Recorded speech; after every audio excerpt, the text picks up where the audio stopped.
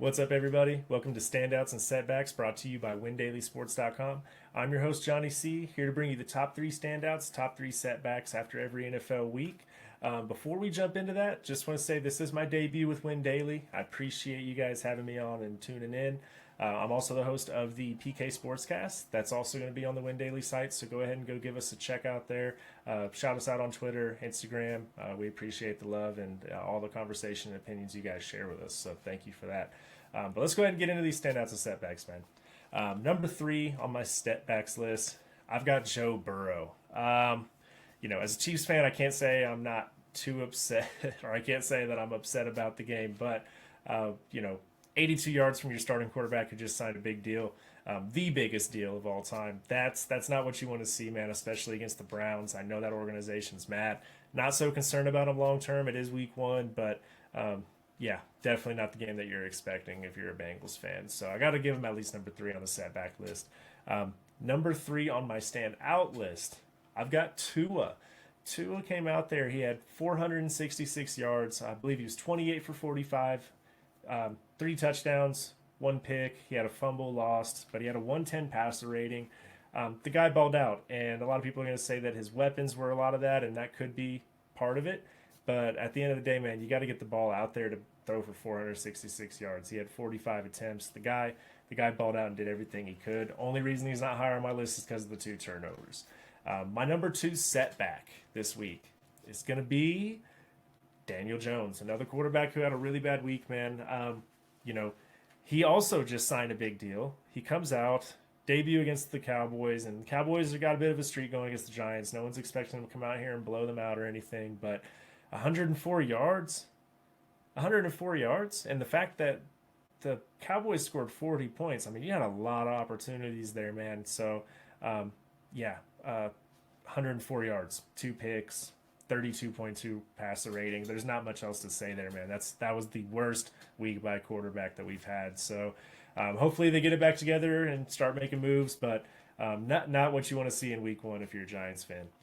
Number two on my standout list, I've got the Cowboys, of course, because I couldn't pick one player there. It's the whole defense. I got the Cowboys defense in there because 7 sacks, 12 QB hits, 10 tackles for loss, 2 picks. One of them's a pick six, and you blocked a kick and returned it. I mean, that whole defense and special teams just balled out all game.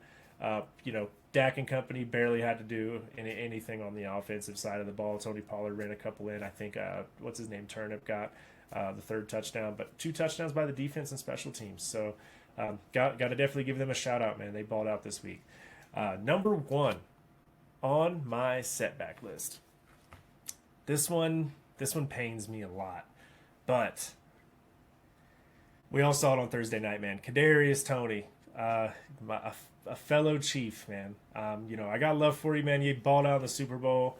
I'm not like one of these other, bandwagon Chiefs fans that come out here and they start talking about, oh, we got to cut Toney, da da da. No, I watch all the games. I watch all the plays. Toney's a good player, man. He had a really bad week, and I'm not going to say I'm not upset with that play because it created a 10-point swing, in my opinion. I mean, a ball came off your hands for a pick six. That's already on the record. Pat don't deserve that, man. And we didn't deserve that as Chiefs fans. Like our defense actually held to 14 points without Chris Jones against one of the better offenses in the league. And that pick really put us in a bad spot. And then at the end of the game, chance to redeem yourself. You drop it. Wide open pass, hits you, could have been a first down in field goal territory to win the game. And then not to mention the other, there were 4 total drops. There were 2 other ones I haven't mentioned, both for first downs. I mean, the guy's just got to get it together, man. And I think he will. I'm not, like I said, I'm not going to count him out yet. But unfortunately, this is a week by week podcast. So, Kadarius, you got to be the number one setback this week, buddy. But I got faith in you. Let's end on a positive note, though. Number one standout this week, I've got an old favorite of mine. This also kind of hurts, though. Tyreek Hill, man. This guy balled out this week. And I know I got Tua and Tyreek in the same thing, but dude, Tyreek, 11 receptions, 215 yards, 2 touchdowns. Guys, this dude is unlike any receiver in our generation. I mean, they're gonna have to give him his jacket as soon as he retires if he keeps playing at this pace for even another 2 years. The guy is prolific. He's not gonna get any of the long season stats. I don't think he's not gonna catch Jerry or anything. But I mean, he is just so talented. He's a freak of nature, and the way that he was able to take over that game and keep up with that high scoring Chargers offense was extremely impressive. And people were like, Chiefs fans, do you miss Tyreek?